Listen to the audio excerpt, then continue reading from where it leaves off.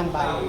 Atau mungkin belakangan Anda juga bisa lihat lah di postingan Teh Nita, dia bisa liwetan sama Teh Iis Dahlia.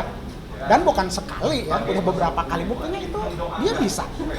Kenapa dia berkesimpulan bahwa saya ngelarang gitu loh.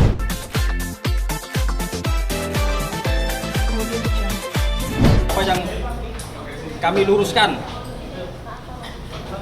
atas yang disampaikan itu. Jadi satu, Ibu Nita menikah dengan Pak Nurdin itu pada tahun 2000, bukan 2007, sebagaimana disampaikan oleh Danya. Jadi saya tegaskan lagi, tahun 2000. Yang kedua, sebelum Bu Nita menjadi seorang artis karena ini, pada saat menikah dengan Pak Nurdin itu belum menjadi artis yang seperti saat ini. Jadi itu yang perlu saya garis bawakan. Jadi statement kemarin yang disampaikan itu kami luruskan dan itu tidak benar. Yang kedua, terkait mengenai pemotongan 40% dari hasil nyanyi itu masuk ke manajemen. Karena klien kami, Pak Nurdin itu sekaligus sebagai suami, dia juga sebagai manajernya.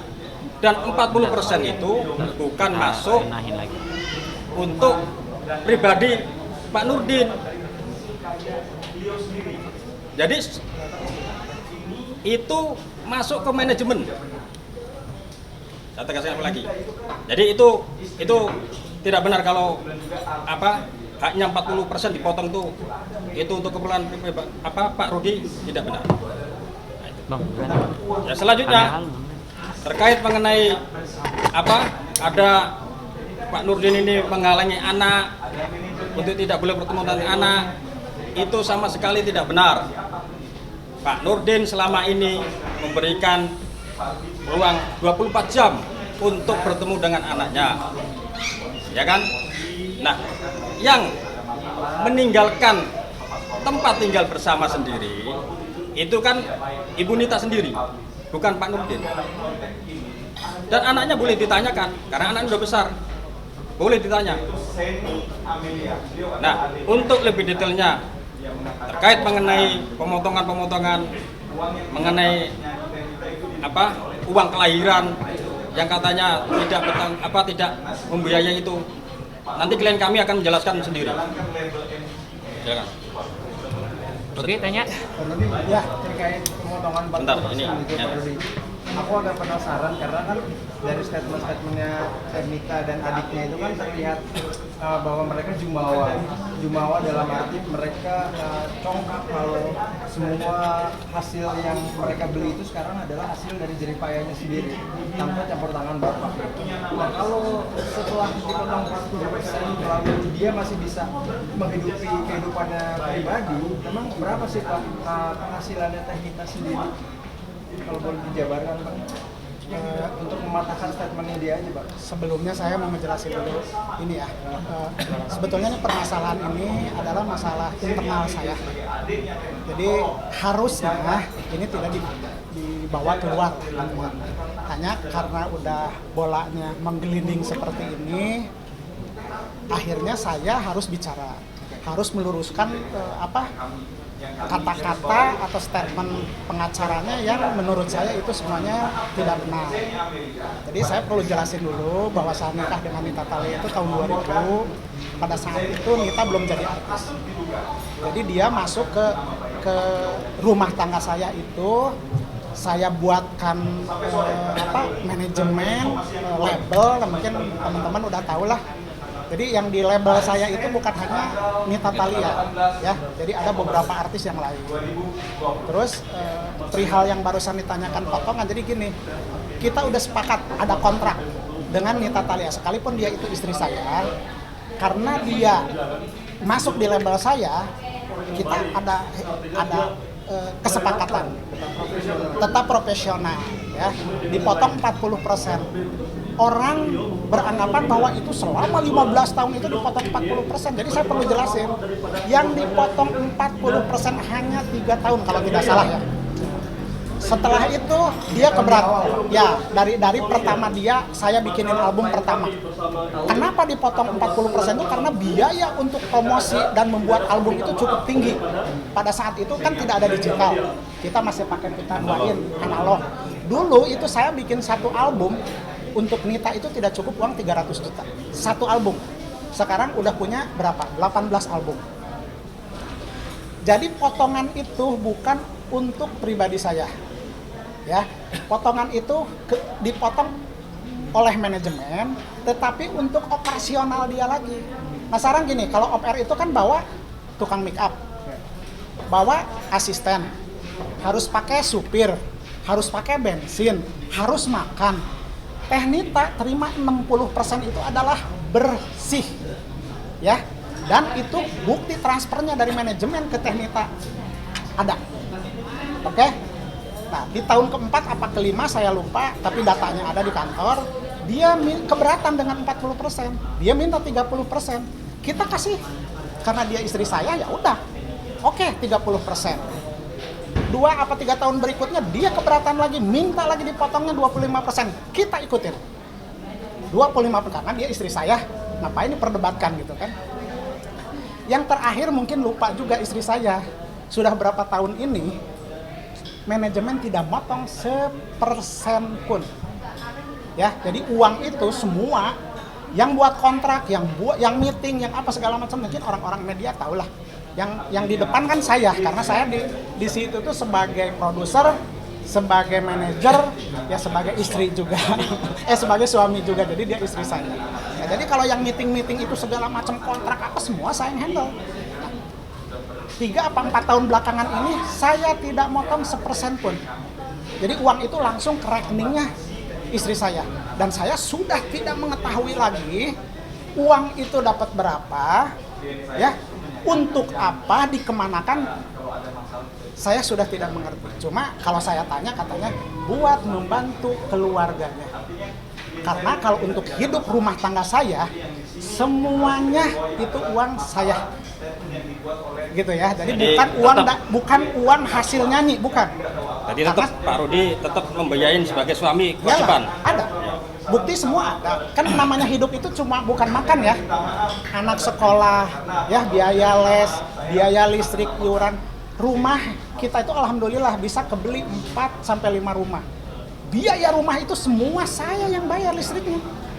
Termasuk segala-segalanya. Jadi tidak ada dipotong dari uang nyanyi untuk bayar listrik, dipotong uang nyanyi untuk biaya rumah Cibinong, rumah Bandung, mana nggak ada. Jadi semua itu biaya rumah adalah yang nanggung saya.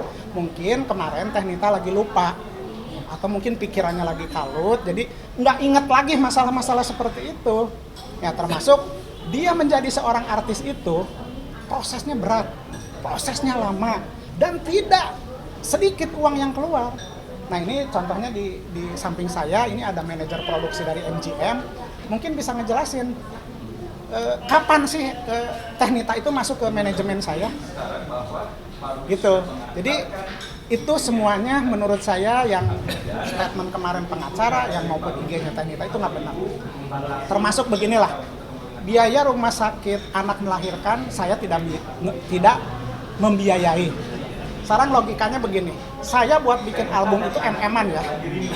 Sekarang untuk biaya rumah sakit berapa sih?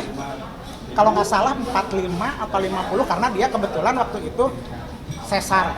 Ya, udah begitu dia sekalian ngebetulin ada bekas operasi sekalian dirapihin, makanya agak tinggi biayanya.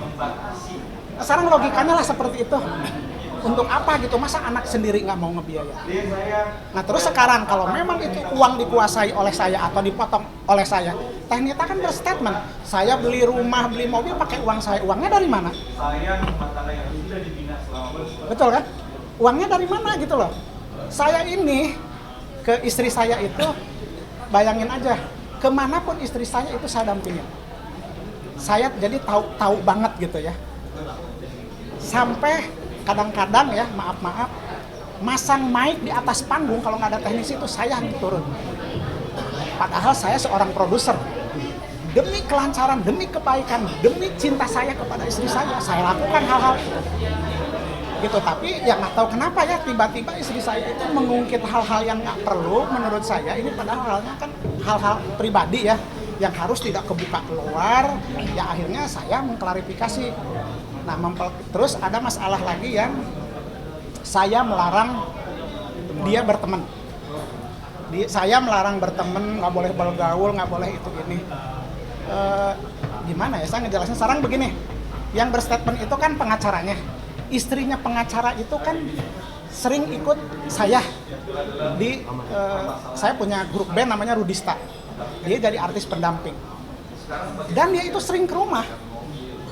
Gitu, beberapa kali ke rumah, dan mungkin kalau ke rumah itu bukan hanya 1-2 orang. Dia kadang lebih dari 10 orang. Dia sampai kadang nginep, kadang apa, saya tidak pernah melarang. Termasuk itu pengacaranya. Nah, pengacaranya itu udah sering ke rumah, dan ke kampung saya pun pernah. Makanya saya bingung, kok itu si bapak pengacaranya bisa berstatement, saya bisa katanya melarang. Harusnya dia itu kan sebelum ngucap itu ada klarifikasi dulu lah ke yang bersangkutan yang nyampeinnya apa betul seperti ini gitu, atau gimana gitu. Jadi intinya gini, saya tidak pernah melarang istri saya bergaul dengan siapapun, ya, selagi itu di koridor yang benar. Nah, karena kebetulan saya jadi suaminya, saya kan ingin istri itu bergaul dengan teman-teman yang baik. Atau mungkin belakangan Anda juga bisa lihat lah di postingan Teh Nita, dia bisa liwetan sama Teh Iis Dahlia. Dan bukan sekali ya, udah beberapa kali, buktinya itu dia bisa. Kenapa dia berkesimpulan bahwa saya melarang gitu loh. Dan dia juga sering lah keluar dengan teman-temannya, silakan, terutama dengan namanya tuh ada grup namanya grup Kunyuk Rawon. Dia itu selalu beramai-ramai kemana-mana, saya nggak pernah melarang.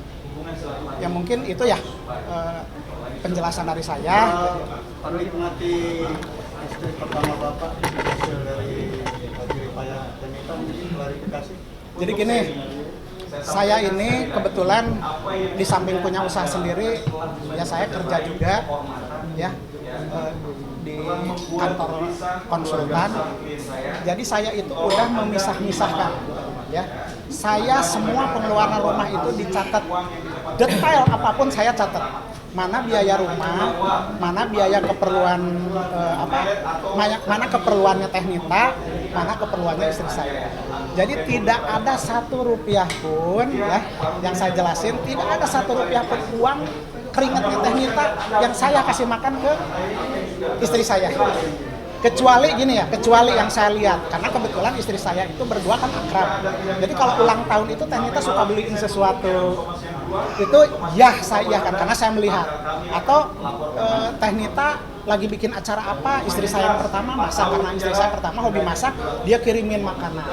Itu ya, tapi kalau untuk hidup atau nafkah istri saya yang pertama ngambil dari dari Teh Nita, itu tidak benar. Om, untuk terkait masalah anak yang padahal udah lama nggak bertemu dengan Teh Nita, apakah benar karena dilarang-larang oleh Nurdin itu seperti apa? Jadi gini, saya perlu jelasin. Sebetulnya rumah tangga saya dengan Teh Nita itu tidak ada masalah. Ini saya pribadi tidak ada masalah. Karena gini, sebelum Teh Nita pergi itu saya 2 hari kemudiannya itu akhir minggunya saya udah booking villa di Anyer, mungkin silahkan cek, takut saya bohong. Jadi kita itu mau liburan bersama, gitu ya, mau liburan bersama, ya semualah, istri pertama, istri kedua, cuma di sananya pilahnya misah ya, jangan nggak nyata tuh. Nah, terus ada kejadian yang membuat dia barangkali tidak nyaman. Nah, kejadiannya itu adalah saya menegur dia dengan tayangan-tayangan di medsos, karena menurut saya itu kan sudah sudah ya berpakaiannya atau gayanya sudah di luar batas lah menurut saya ya. Makanya saya tegur ya sebagai suami. Jadi saya tegur baik-baik, kita bicara apa-apa, tapi ternyata dia tidak menerima. Yang akhirnya malah memilih lari dari rumah. Jadi dia itu sudah 2 bulan lebih sampai hari ini pergi dari rumah. HP saya semua diblok, jadi saya tidak bisa komunikasi. Jadi yang ditinggalkan itu adalah saya dan anak saya. Nah, karena anak saya di rumah kita nih tidak bisa, saya kan kerja, di rumah tidak ada orang. Yang akhirnya saya tanya anaknya, mau tinggal di mana? Mau sama siapa? Mau ke bunda atau mau ke mana? Udah ke dede aja. Dede itu ada adiknya yang paling kecil dari istri saya. Ya akhirnya kita selama 2 bulan ini disitulah sekolah, makan apa semua di situ. Terus saya tidak pernah melarang. Kalau memang ada larangan, tolong buktikan. Larangannya seperti apa, gitu ya. Justru saya yang menyuruh anak saya, telepon bunda pada saat ulang tahun, tolong telepon bunda, panggil kamu takut mau bareng jalan sama bunda. Iya, kata dia, bundanya yang nggak mau. Berarti kan bukan saya atau bukan anak yang nggak mau ketemu dia. Nah, jawaban anak saya seperti itu. Tapi alhamdulillah kemarin malam anak saya bilang izin mau ketemu bunda, saya izinkan dan sampai sekarang masih di sana. Bapak yang nganterin? Saya nganterin, saya ketemu dia langsung, nggak ada masalah. Nggak seperti pertanyaan. Komunikasi apa Pak waktu ketemu sama Denny? Hanya jaga anak baik-baik. Udah gitu komunikasinya, karena kita ngerinya apa, Teh Nita itu kan kalau diajak bicara agak suka ini ya. Jadi jadi maksudnya saya hanya menyampaikan ini titip anaknya baik-baik apa, udah saya pulang aja. Berarti itu memang keinginan anak untuk bertemu Teh Nita, bukan Teh Nita sendiri yang meminta untuk ketemu gitu? Ke saya WA-nya itu anak yang ngomong, ayah mau ketemu bunda boleh nggak? Jadi saya jawab, ya boleh dong, masa nggak boleh? Gitu. Terus saya anterin, janjian kita ketemu. Permasalahan ini terjadi sekitar bulan Agustus pada saat Jadi gini, saya ke Anyer itu booking villa tanggal 15 Agustus. Jadi kejadiannya itu adalah tanggal 12 Agustus. Jadi 3 hari sebelum berangkat saya tetap ke Anyer karena anak saya kasihan, Teh Nitanya nggak ikut. Berarti setelah 2 bulan itu tiba-tiba menggugat cerai gitu, minta pisah. Jadi yang masalahnya itu gini, pertamanya saya konsultasi ke lawyer saya. Nih saya bermasalah seperti ini, gimana? Tanggal 25 Agustus karena saya merasa didolimin oleh istri, dia meninggalkan anak dan suami dan tidak merespon untuk silaturahmi karena dengan dibloknya telepon kan saya tidak bisa komunikasi.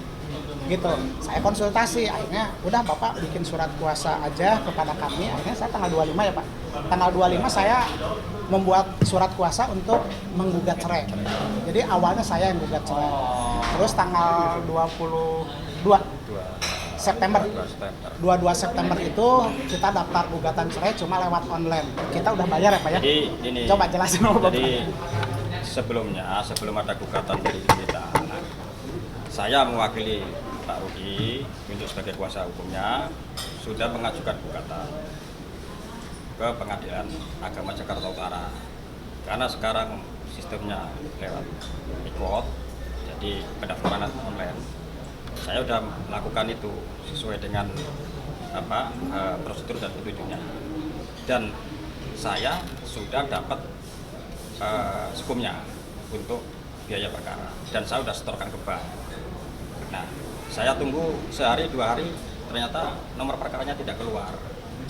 Jadi tidak keluar, saya akhirnya mendatangi ke Pengadilan Agama Jakarta Utara. Kemudian saya datang dan ketemu pegawai Pengadilan Agama, ternyata malah yang punya saya belum terdaftar. Tapi ada gugatan yang sudah masuk yang punya Bu Nita. Itu. Nah, itu jadi Pak Rudi sebenarnya sudah mau mendaftarkan duluan tuh. Tapi pada saat itu kaget karena nggak tahu pihak sana juga mendaftarkan. Pihak sana ternyata sudah masuk duluan daftar gugatan. Nggak tahu. Berarti pada saat benar-benar kalau konteks itu benar-benar nggak ada komunikasi sama sekali sampai akhirnya menggugat. Jadi gini, saya ada beberapa kali ke dia mencoba, ya namanya mungkin takut saya yang salah gitu ya. Jadi kita coba, ya saya memohon maaf ke dia, hanya WA-nya tidak langsung dari HP saya. Karena HP saya kan di-blok, jadi saya melalui anak saya. Tapi dia tidak merespon. Saya ada beberapa kali WA lah, menanyakan hal ini. Terus saya juga kan masih berhubungan dengan IO, termasuk TV. Jadi mereka kan jadwal-jadwal semua saya yang atur. Jadi mereka masih ke saya kan, Pak ini jadwal ini kayak di TV, ini bajunya harus seperti ini kan semua ke saya. Nah saya akhirnya menyampaikan ke Teh Nitanya itu melalui anak saya. Dan itu semua ada bukti. Tanpa respon sama sekali. Tanpa respon sama sekali. waktu itu perasaan pengadilan Bapak bilang ini kesepakatan bersama. Kesepakatan bersama untuk berpisahnya itu kapan? Jadi gini, dia itu sempat sempat me-WA ke istri saya yang pertama. Me-WA-nya itu adalah menitipkan anak. Nah, di bawahnya itu dia curhat. Ya, curhatnya itu adalah saya mau pisah dengan Arudi, tapi mau secara baik-baik.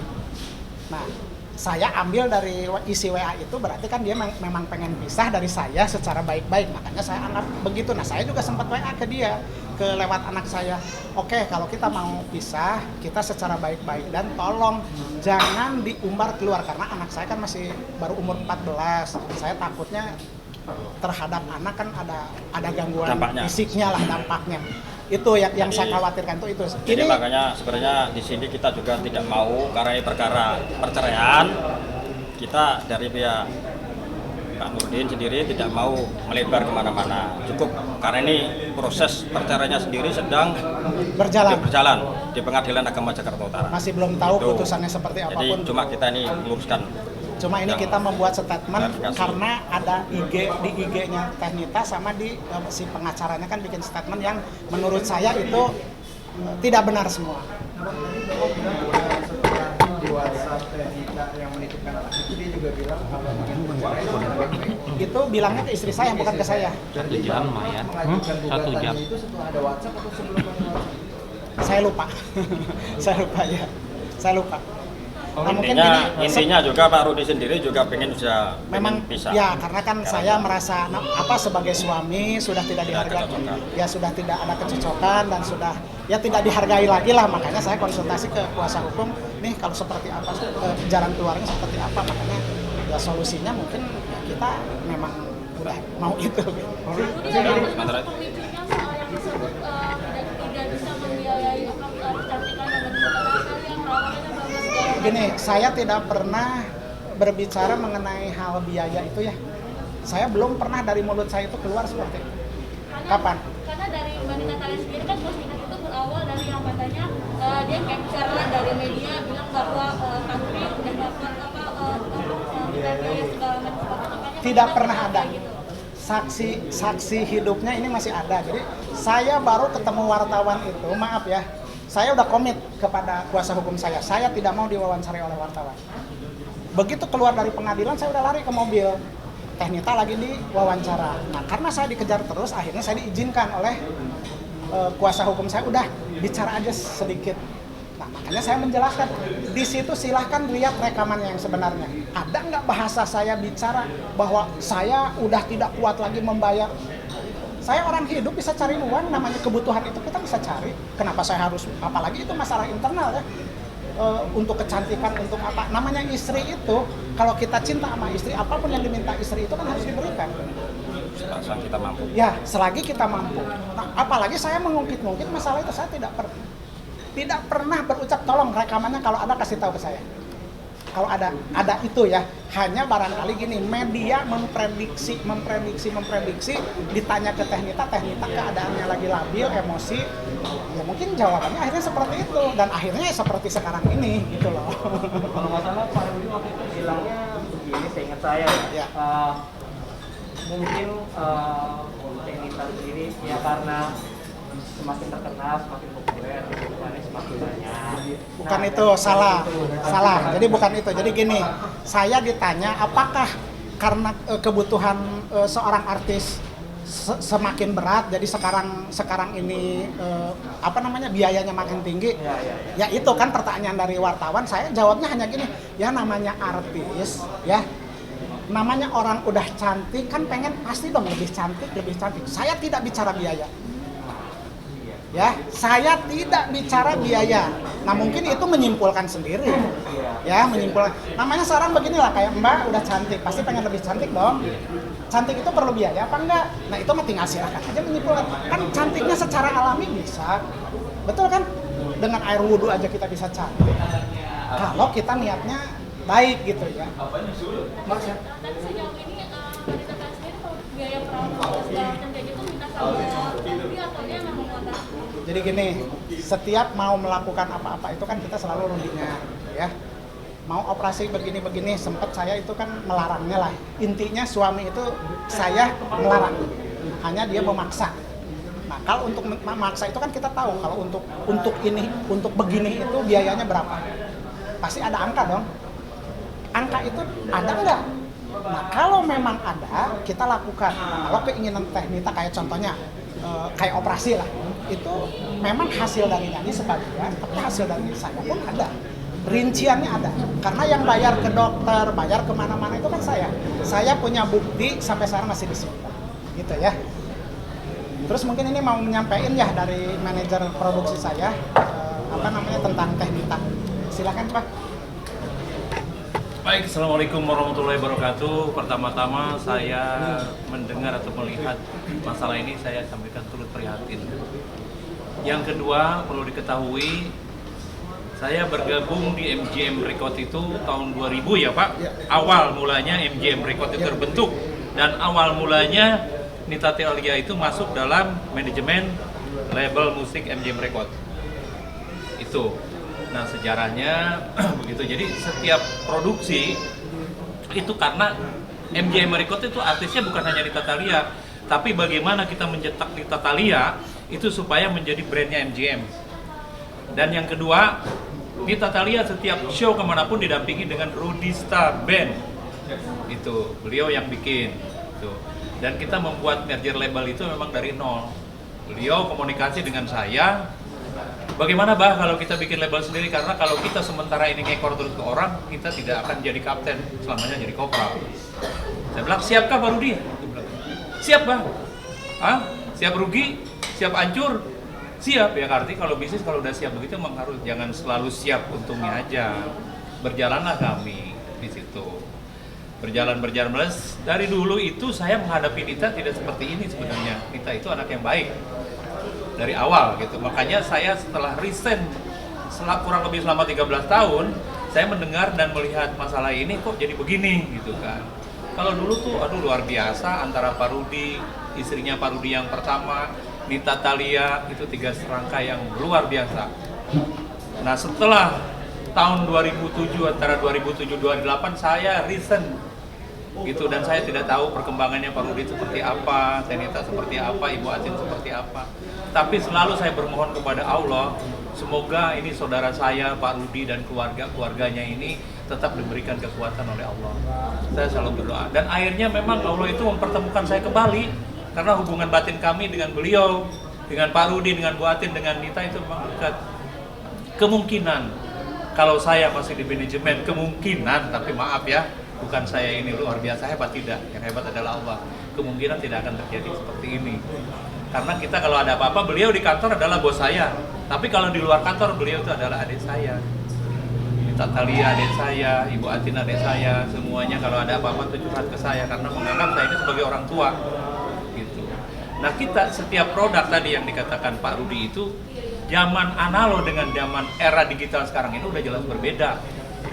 Dulu untuk biaya produksi per lagu itu bisa, satu lagu bisa 20 juta untuk hanya bikin aransemen musik, lagu, studio, di luar video klip untuk satu lagu. Katakan kalau 10 lagu, nggak semua rata-rata ya untuk itu untuk lagu jagoan. Nah untuk lagu bandit-banditnya itu katakanlah 10 juta. Berapa kalau 10 lagu? Kalau dulu zaman dulu tuh harus 10 lagu bikin album itu, nggak seperti sekarang single album. Belum bikin video klipnya. Video klip itu tergantung kita mau yang qualified atau yang mau yang biasa atau mau yang biasa, sangat biasa. Itu tinggal. Nah beliau ini punya satu idealis. Oke Abah, produk kita untuk fisiknya tidak laku di pasar, tidak apa-apa. Tetapi saya akan genjot di promo karena misi saya adalah Nita biar laris di OPR-nya. Ternyata memang kejadian, alhamdulillah. Nah, kami semua adalah bantu beliau. Karena di manajemen itu beliau yang mimpin, kami ikut bantu di situ di manajemen. Sampai Teknita tahu kemana aja, beliau tahu kemana aja, itu bareng-bareng dengan kami. Bahkan maaf ya, image di luar Pak Rudi itu adalah saya, orang-orang banyak yang ngaku karena beliau kan nggak pernah menampakkan. Gitu. Saya dibilangnya Pak Rudi kalau di luar suaminya Nita. Enak sekali aku bilang, tampangku serem gini, dibilang suaminya Nita Thalia, aku bilang gitu kan. Nah itulah satu kronologis pengalaman saya. Bahkan bukan saya aja, di manajemen juga ada teman-teman saya yang lain-lainnya, dan bahkan yang ikut di dalam produksi ini juga baru dia, di manajemen produksi maupun manajemen artisnya juga ada yang lain juga. Dan beliau selalu mengharapkan untuk musisi-musisinya apa yang qualified, yang handal. Makanya pada saat itu kita pakai Hendro Saki, almarhum Mara Karma, Eko Saki, Didi Jenderal, Mr. Tung, yang memang betul bagus ya, gitu. Makanya kalau saya pikir Pak Rudi ini kita nggak mikirin break even-nya, bah jangan gitu. Yang penting bikin yang terbaik. Jadi mungkin ginilah intinya, maaf ke istri saya ya, karena saya tidak bisa komunikasi mungkin lewat media. Istri saya jadi artis itu banyak orang di belakang itu banyak orang-orang yang berjasa, bukan hanya saya. Ya, ada musisi, ada pegawai, ada segala macam. Jadi dia bisa jadi sekarang ini nih artis besar sekarang ini itu jasa-jasa orang di belakang itu jangan dilupain. Udah lupakanlah saya mah apa sih gitu. Lupakan saya nggak apa-apa. Biar Allah lah yang maha tahu gitu. Tapi di belakang itu banyak orang yang berjasa loh yang mendukung dia. Yang berkecimpung di dalam proses menjadi seorang artis Nita Thalia, dan yang memberikan nama Nita Thalia itu silakan tanya siapa. Gitu. Itu label yang memberikan. Sampai sekarang dipakai dan saya tidak pernah mempermasalahkan. Mungkin itu. Oke, cukup. Dari saya Pak, Bang Rudi mau ini bocoran Bang Pak, berapa sih pendapatan kita selama sebulan? Ya pendapatannya sih sebetulnya cukup besar, cuma kan itu nggak perlu ya dikasih tahu ke publik. Kisarannya aja Pak. Yang 30 juta itu apa ya? Dari siapa ya? Saya nggak ada media yang Oh, kalau Oh itu ngarang. Kabarnya itu uang bulanan yang dikasih Om Rudi ke Nita gitu. itu nggak perlu disampaikan. Nah, kisarannya aja Pak, kisarannya aja. Waduh itu soalnya rahasia ya, soalnya itu kan nanti nyangkut gini, maaf. Kalau penghasilan seseorang itu nyangkutnya ke masalah pajak. Kebetulan saya juga konsultan pajak, jadi saya tahu banget itu. Jadi kalau masalah penghasilan berapa biarlah saya yang tahu dengan Teh Nita. Nominalnya di bawah 100, nggak atas, Saya nggak bisa ngucap, nggak bisa. Kalau saya mau ngundang Teh Nita tuh berapa sih budgetnya? Ya sudah ada kan di apa di Belum ada Pak. Ada.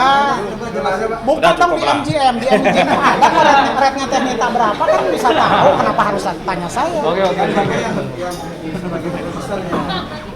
Terakhir sampai Agustus kemarin masih membiayai bulanan dan Natalia. Masih. Sekarang Yang sekarang 2 bulan saya tidak kasih biaya makan, bukan biaya rumah ya. Yang saya tidak berikan itu adalah biaya makan karena yang saya anggap itu udah Yunus apa? Nusus. Saya anggap bahwa itu udah nusus, jadi saya tidak memberikan biaya makan untuk dia. Bukan tidak membiayai hidup, karena hidup itu kan anak saya masih sekolah, rumah masih harus dibayar listrik, harus bayar itu semua tetap saya jalankan. Hanya biaya makan untuk dia. Yang saya tidak berikan itu mungkin 1 bulan ini. Tapi selama Om Rudi masih membiayai Nita sendiri, selama masih biaya apa merasa biaya hidupnya berlebihan gitu nggak sih Om? Kalau menurut saya ya untuk sekelas artis normal lah, gitu ya. Kecuali mungkin kalau untuk ada beli di luar kepentingan itu kan kepentingannya untuk nyanyi. Jadi saya itu udah di luar itu kan nggak masuk ranahnya ke rumah tangga kan. Kalau di rumah tangga menurut saya masih wajar-wajar aja. Pak, terakhir Pak dari saya Pak, alasan Bapak menikahi apa? Menikahi ya? Ya menikahi itu kan namanya gimana ya? Ya itu biarlah saya yang tahu sama Allah. Ya, saya ngambil Teh Nita itu dari masih SMA. Saya kenal dia masih SMA. Terus saya karena dia minta nikahin, saya nikahin. Oh dia minta ya? dia kita. Ya iyalah namanya cewek didatengin cowok pasti minta nikah dong, masa enggak sih? Tetap harus dia yang deketin. Ya kalau deketin karena tadi awalnya kan saya mengundang dia untuk ada acara lah. Terus kenalannya terus berlanjut, yang akhirnya ya alhamdulillah jadi istri saya. Gitu cuma SMA itu emang udah nyanyi dia. nyanyi cuma ya nyanyi di organ tunggal lah. Udah di Usianya organ kalau itu berapa Pak? 18 tahun ya kalau nggak salah. Berarti saat pendekatan itu memang kita kami udah tahu Bapak punya istri segala macam, tapi Oh iya dong. Saya jelasin ke orang tuanya juga bahwa saya udah punya anak, saya udah punya istri. Dan saat nikah juga saya ngomong bahwa saya udah punya istri. Jadi tidak ada yang dirahasiakan. Itu usia berapa waktu itu? 19-an lah 19. ya. Ya, sementara cukup ya. 19-an karena dia 18 itu kan lulus SMA. Cukup ya? Cukup. Karena ini statement yang 30 juta saya bacain, mungkin nggak tahu saya ini statement Pak Rudi, tapi nggak tahu ngomongnya di mana. Dia selama 20 tahun itu nggak pernah kelaparan. Saya jalankan kewajiban saya sebagai suami. Mau saya keluarin catatannya berapa? Saya ngeluarin itu 30, nggak kurang dari 30 juta per bulan untuk hidup dia pribadi. Mungkin ingat Bapak statement itu? 30 juta. Kalau untuk hidup Saya ngeluarin rumah tangga mungkin nggak cukup ya 30 juta untuk kelas saya sama kelas Teknita. Sekarang aja anak sekolah di mana untuk biaya anak aja nggak bakal cukup 5-10 juta loh. Lesnya aja ada les ngaji, les Inggris, les kumon, les segala macam. Tahu sendiri kan biaya hidup sekarang besar. Ya nggak tahu ya kata-kata itu dari mana. Tapi yang intinya gini, bahwa biaya hidup di rumah tangga saya itu adalah saya yang membiayain dari keringat saya, bukan dari hasil nyanyi. Itu yang poinnya. Jadi uang hasil nyanyi itu hanya digunakan untuk kepentingannya Teknita dan keluarganya. Karena dia izin nyanyi ke saya itu adalah saya minta izin mau nyanyi untuk membantu keluarga.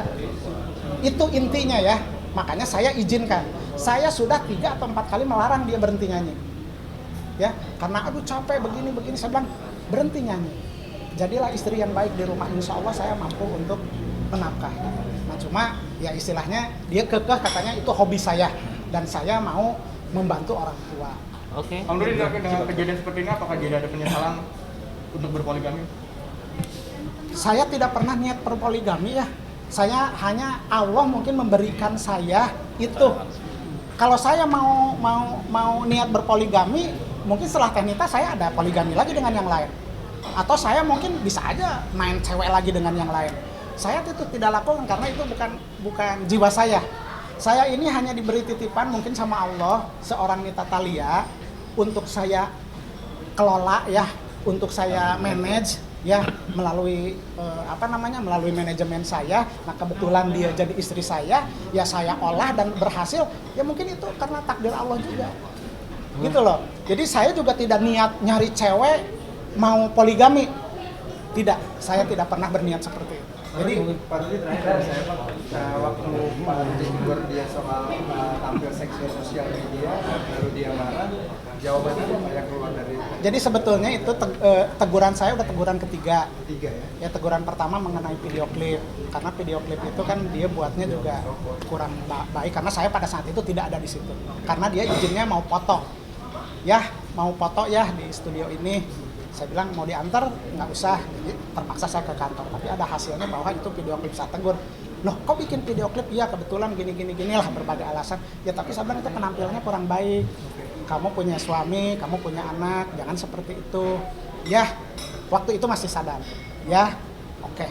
Cuma begitu lihat lagi, ya kan saya tuh punya keluarga besar, punya orang tua sekalipun bapak saya udah meninggal, tapi punya ibu yang melihat. Sekarang tuh zaman dimana sih nggak bisa terlihat melihat penampilan anaknya seperti itu, dia negur saya, tolong dong kasih tahu istri kamu kan begini. Nah saya niat dari saya kan berkewajiban nih sebagai suami menegur istri secara baik-baik. Saya bukan marah, bukan melarang dia main medsos, tidak. Gitu, saya hanya melarang itu berpenampilannya tolong ya, karena zaman sekarang tuh bisa dilihat oleh siapapun. Gitu, jadi saya ngerinya teman-teman anak saya melihat juga nanti komentarnya kan nggak bagus ke anak saya. Jadi hanya itu sebetulnya. Komentar Bapak yang katanya Teknita dapat penghasilan dari aplikasi Bigo dengan tampil seksi seperti apa? Bigo. Jadi gini, saya melarang aplikasi Bigo yang dia jadi hostnya di situ, lalu dapat penghasilan dari aplikasi itu, tapi dengan penampilan yang seksi. Maksudnya apa penghasilan dari Bigo? Saya belum tahu, belum pernah ada laporannya. Hanya gini, dia bermedsos itu, dia bilang ke sayanya gini, saya bermedsos itu untuk mencari tambahan karena saat ini kan OR-nya kita lagi pandemik. Ya saya bilang silahkan aja, itu mah hak seseorang mau seperti apa. Hanya berpenampilannya lah yang enak dilihat orang. Hanya itu aja. Saya tidak pernah melarang dia mau main apapun, tidak. Malah saya fasilitasi loh, beli alat-alat lampu, beli sound, beli apa untuk live dia. Nah, dengan saya membelikan itu harusnya dia berprediksi, oh iya berarti suami saya itu mengizinkan, hanya berpenampilan aja ya. Dan sementara cukup ya. Saya mungkin dari hasil menyimpulkan pembicaraan Pak dari awal